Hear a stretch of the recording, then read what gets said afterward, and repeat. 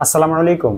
সাভারের সেই বর্বরচিত হত্যাকাণ্ডে অবশেষে মামলা নিল পুলিশ। ছাত্র জনতার আন্দোলন চলাকালে পুলিশের সাজোয়া যান থেকে গুলিবিদ্ধ এক যুবকের নিথর দেহ টেনে নিচে ফেলা হয়। গাড়ি টান দেওয়ার সময় চাকার নিচে পড়বে বলে দেহটি টেনে দূরে সরানো হয়, তখনও সেই দেহটি নড়তে দেখা যায়। এমন একটি লোমহর্ষক ভিডিও ভাইরাল হয়ে পড়ে নেট দুনিয়ায়। সেই ঘটনায় অবশেষে সাভার থানায় মামলা হয়েছে। নিহত ওই যুবকের নাম আসহাবুল ইয়ামিন।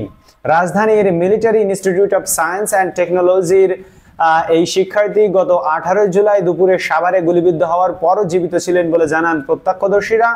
পুলিশ গুলিবিদ্ধ অবস্থায় তাকে সাজোয়া যানের উপরে শুয়ে মহড়া দেয়। মর্মস্পর্শী সেই ভিডিওতে দেখা যায় আহত অবস্থায় সাজোয়া যানের উপর থেকে তাকে সড়কে ফেলে দেয় পোশাক পরিহিত এক পুলিশ সদস্য।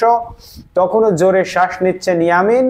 তার একটি পা লেগেছিল সাজোয়া যানের চাকার সঙ্গে। এতে বিরক্ত পুলিশ সদস্য গাড়ি থেকে নেমে আহত ইয়ামিনকে পিচ ঢালা সড়কের উপর টেনে হিঁচড়ে সরিয়ে দেন। তখনও নড়ছিল এই তরুণীর শরীর, কিন্তু পুলিশ তাকে হাসপাতালে না নিয়ে প্রায় 4 ফুট উঁচু বিভাজকের উপর দিয়ে রাস্তার মতো সড়কের সার্ভিস লেনে ফেলে দেয়।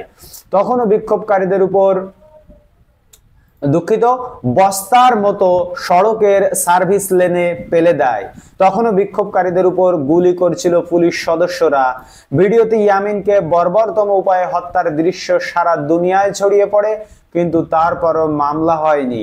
শেখ হাসিনার পতনের পর তাকে এবং ঊর্ধ্বতন কর্মকর্তা সহ সেই সময় সাভারে দায়িত্ব থাকা পুলিশ সদস্যদের আসামি করে গত 25 আগস্ট ঢাকার আদালতে মামলা করেন ইয়ামিনের মামা আব্দুল্লাহ আল মুনকাদির রোকন। আদালত এজাহার গ্রহণের নির্দেশ দেন সাভার থানাকে। এই 8 দিন পর পুলিশ মামলাটি নথিভুক্ত করেছে। ইয়ামিনের পরিবার জানিয়েছে, স্থানীয় পুলিশ সদস্যরা বাসায় এসে অনুরোধ করেছিল তাদের আসামির তালিকা থেকে বাদ দিতে। শেখ হাসিনা সহ স্থানীয় আওয়ামী লীগ নেতাকর্মীকে আসামি করতে অনুরোধ করেন তারা। এ বিষয়ে ইয়ামিনের বাবা মোহাম্মদ মহিউদ্দিন বলেন, গত সপ্তাহে আমার বাসায় পুলিশ এসেছিল কয়েকজন। তারা বলে তারা সহযোগিতা করতে চায়, কিভাবে এজাহার করতে হবে বলল। ওরা একটা এজাহারের খসড়া দিতে চেয়েছিল, তাতে দেখা গেল সব আসামি রাজনৈতিক নেতার নাম, পুলিশের কারো নাম নেই। মামলার বাদী রোকন বলেন, পুলিশ যে খসড়া দিয়েছিল তা আমাদের পছন্দ হয়নি, না হওয়ারই কথা, কারণ তারা খসড়া এজাহার থেকে তাদের অফিসারদের নাম বাদ দিয়েছিল। গত 18 জুলাই কোটা সংস্কারের দাবিতে বেলা 11টার দিকে সাভারের এনাম মেডিকেল কলেজ হাসপাতাল সহ আশপাশের বিভিন্ন শিক্ষা প্রতিষ্ঠানের শিক্ষার্থীরা ঢাকা আরিচা মহাসড়ক অবরোধ করে বিক্ষোভ শুরু করেন। পরে পুলিশের মুহুর্মুহু টিয়ারশেল ও রাবার বুলেটে আন্দোলনকারীরা ছত্রভঙ্গ হয়ে যান। প্রত্যক্ষদর্শীরা জানান, পুলিশ ও বিজিবির সঙ্গে হেলমেট পরে অস্ত্রসহ অবস্থান নেন আওয়ামী লীগ এর অঙ্গ সংগঠনের কয়েকশো নেতাকর্মী। কয়েকজন হাতে ছিল পিস্তল ও শটগান। উপজেলা চেয়ারম্যান মঞ্জুরুল আলম রাজীব, ছাত্রলীগ সভাপতি আতিকুর রহমান আতিককে দেখা যায় অস্ত্র হাতে। MISTর কম্পিউটার বিজ্ঞান ও প্রকৌশল বিভাগের 4র্থ বর্ষের শিক্ষার্থী ইয়ামিনের বুকের বাঁ পাশে ও গলায় অসংখ্য সররা গুলির চিহ্ন ছিল।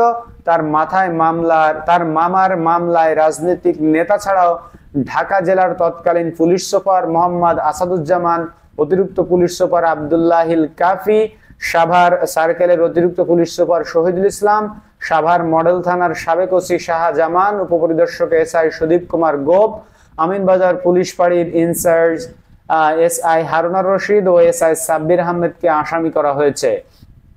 এই মামলার বিষয়ে ঢাকার পুলিশ সুপার, সাভারের ওসি এবং পরিদর্শক তদন্ত বক্তব্য নেওয়া সম্ভব হয়নি। তবে থানা থেকে মামলাটি নথিভুক্ত করার তথ্যসূত্র মারফত নিশ্চিত হওয়া গেছে।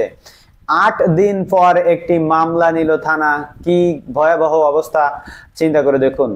আর সেই যে ঘটনা আপনারা সকলেই জেনে থাকবেন, আপনারা সকলেই দেখেছিলেন কি বর্বরচিত যে ঘটনা তারা ঘটিয়েছিল।